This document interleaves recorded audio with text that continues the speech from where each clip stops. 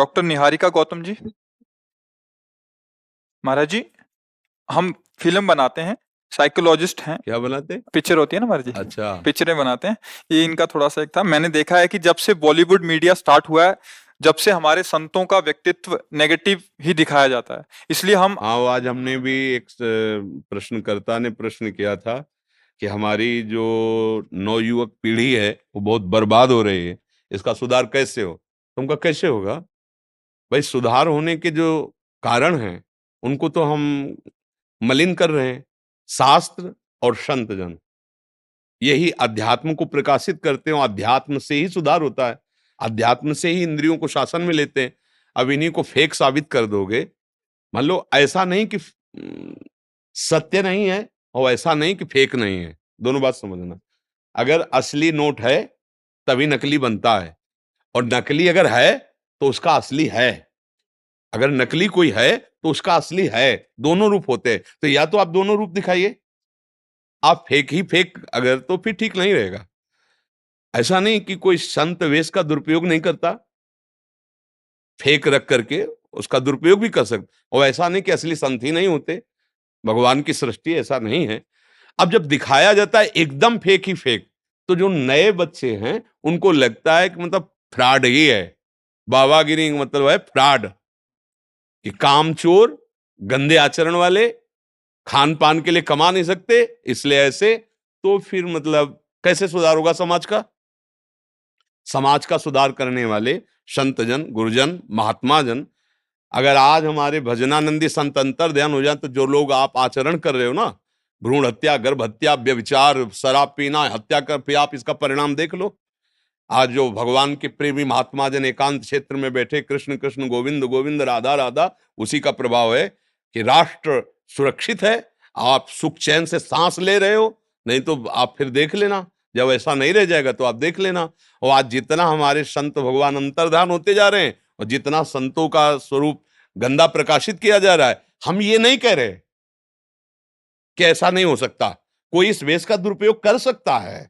ऐसा नहीं कि आपको जो पद मिला है आप ठीक है उसका निर्वाह कर रहे हो। कई हैं, एक ऑफिसर है जो अपने लिए प्राण देश के लिए समर्पित कर देता है अपने, और एक है अपने प्राणों के पोषण के लिए देश को बेचने की भी सोचता है। अलग अलग विचार हैं। तो ऐसा अगर आपको लगता है कि हमें दिखाना चाहिए, तो हमें लगता है पक्ष दोनों दिखाने चाहिए। अगर दोनों पक्ष दिखाएंगे तो समाज उसमें चयन करेगा। अगर एक ही पक्ष दिखाएंगे तो नई पीढ़ी है, फिर आप इसको किससे संभलवाएंगे? आप बताइए। टाकीज में बैठ के संभल पाएंगे, या शराब के ठेके में संभल पाएंगे, या जो नाच गाना होता है शराब पी के, क्या कहते हैं, हाँ वही क्लब लब, इसमें संभलेंगे? संभलेंगे तो साधु समाज संभालेगी। अब संतों को तो हम ये नहीं कह रहे कि आपको नहीं दिखाना है, हम पक्का कहते हैं दिखाइए। आप प्रश्नवाचक चिन्ह खड़ा कीजिए। जब तक सोना कसौटी में नहीं कसा जाता तब तक आभूषण लायक नहीं बनता। आप अपनी कसौटी में कसिए, और जो खरे उतरे तो आप उनको प्रकाशित कीजिए कि साधुता इसे कहते हैं, और आप उनको भी दिखाइए कि असाधुता इसे कहते हैं। कोई बात नहीं, आप दोनों में राइट है, आपका अधिकार है, आप दिखा सकते हैं। ये समाज आप पे बनाना चाहते हैं नहीं, पिक्चर। हम तो पिक्चर लायक है, खुद पिक्चर है। तो इसलिए आए कह रहे हैं आपसे नहीं परमिशन लेना कि नहीं आपके नहीं, हम जीवन। तो खुद पिक्चर है। ये चित्र कब उड़ जाए कुछ पता नहीं है। किडनी फेलियर आदमी बैठे, हम कुछ नहीं है।